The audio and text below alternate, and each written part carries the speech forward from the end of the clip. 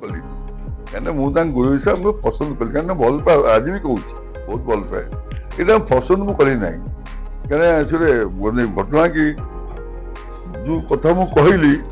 ସେ ସେଇଟାକୁ ଆଭଏଡ୍ କରିଗଲା ମୁଁ ଭଲ କଥା କହିଥିଲି ମୋର ବାର୍ତ୍ତା କ'ଣ ଥିଲା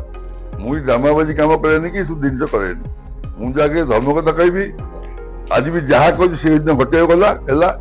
ମୁଁ କିନ୍ତୁ କହିଥିଲି ଯେ ପଥର ମୂର୍ତ୍ତି ଆପଣ କରନ୍ତୁ ନାହିଁ ରଥରେ ବସିବେ ନାହିଁ ଏଇଟା ମୁଖ୍ୟ କାରଣ ମୋର ଥିଲା ତାପରେ ଯିଏ ଜଗନ୍ନାଥ ବାହାରୁ ଜଗନ୍ନାଥ ମୂର୍ତ୍ତି କିଣିକି ନିଅନ୍ତୁ କି କରନ୍ତୁ ସେ ଅଲଗା କଥା ମେନ୍ ମୂର୍ତ୍ତିଟା ଆମେ ବି ମୂର୍ତ୍ତି ଅନ୍ୟ ଜିନିଷ ପ୍ରୟୋଗ କରି ବରାଦ ଦେଇଥିଲୁ ସବୁ ସେ କ୍ୟାନସଲ କଲେ ପଥର ମୂର୍ତ୍ତି ଆବୁଡ଼ି ନେଲେ ଯେଉଁ ପଥର ମୂର୍ତ୍ତି ମୁଁ କହିଥିଲି ମୁଁ ବସେଇ ମାନେ ଅଘଟଣ କରେଇବେ ଆଜ୍ଞା ସେ ଅଘଟଣ କରେଇବେ ଅଘଟଣ ହେଲା ନିଶ୍ଚିତ ଭଲ କଥା ମୁଁ ଆପଣମାନଙ୍କୁ କହିବି ମୋର କ'ଣ ଅଛି ମୁଁ ତାଙ୍କୁ ଆଜି ଚ୍ୟାଲେଞ୍ଜ କରୁଛି ମୁଁ କୌଣସି ଦିନ ମମତା ବାନାର୍ଜୀ ଏତେ ସମ୍ପର୍କ ମୁଁ କୌଣସି ଦିନ ମମତା ବାନାର୍ଜୀ କହିଛି ଏଇଟା ମତେ କରିଦିଅ କିନ୍ତୁ ଏଇଟା ଜିନିଷ ମୁଁ ଜୀବନରେ କରି ଏ ଟିଭିକୁ ଚ୍ୟାଲେଞ୍ଜ କରି କହୁଛି ନା କେବେ କି ସତ ମୋ ସାଙ୍ଗେ ନହେଲେ ଗୋଟେ 14 କୋଟି ଲୋକର ପ୍ରତିନିଧି ଆମ ଘରକୁ ଆସିଥାନ୍ତେ କଲେକ୍ଟର ବି କହୁଛନ୍ତି ଗଲି ଭିତରେ କିନ୍ତୁ ମୁଁ ଯିବି ଆଜି ଚାହା ଜଳିକା ଭଲ ମୋର ସମ୍ପର୍କ ଥିଲା ସବୁ ଥିଲା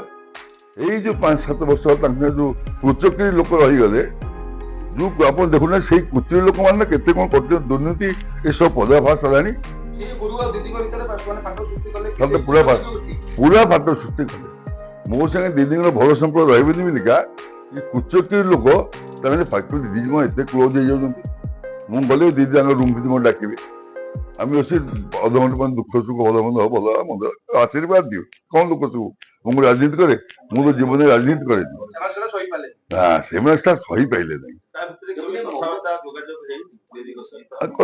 ଯେ ମୁଁ ଆଭଏଡ୍ କରିଗଲି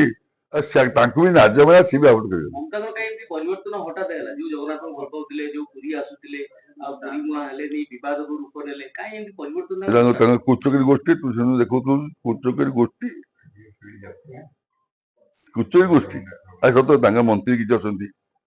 କିଛି ଅଫିସର ଅଛନ୍ତି ସେ ଦେଖିଲେ ଏତେ କିଛି କାରଣ ନାହିଁ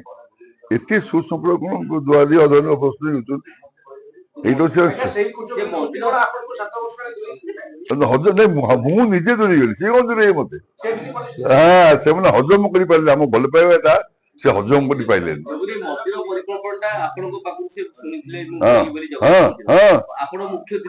ମୁଁ ଦେଲି ଆମ ପୁଅ ରାଜା ଥିଲା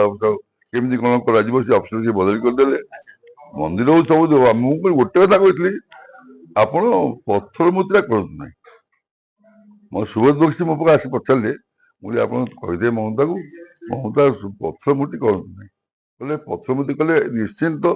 ଏଇଟା ଅଘଟଣ ଘଟିବ ଠିକ ହବ ନାହିଁ ସେ ଶୁଣିଲେନି ନାହିଁ ଇଏ କିଛି ବୁଝିଲା ଏସବୁ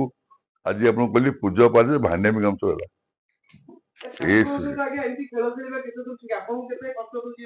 ସମସ୍ତେ ଗୋଟେ ହେଲା ମତେ ବି ଆଜ୍ଞା ସମସ୍ତେ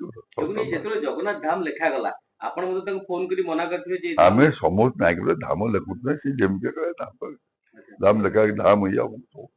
ତାଙ୍କୁ ସେବା ଗୋଟେ ଯାହା ଜିଦ୍ କରିବେ ସେୟା ହବ ତାଙ୍କର ଗୋଟେ ଖରାପ ଗୁଣ ଜିଦ୍ କରିବେ ଯାହା ଜିଦ୍ କରିବେ ଏଇଟା ବି କରିବେ ତାଙ୍କର ପତଳା କାନ ସେ କୌଣସି କଥା ମାନିବେ ନାହିଁ ତମକୁ ମୁଣ୍ଡି ବସିଥିବେ ଘଣ୍ଟା ପାଇଁ ତଳେ ଫିଙ୍ଗିବେ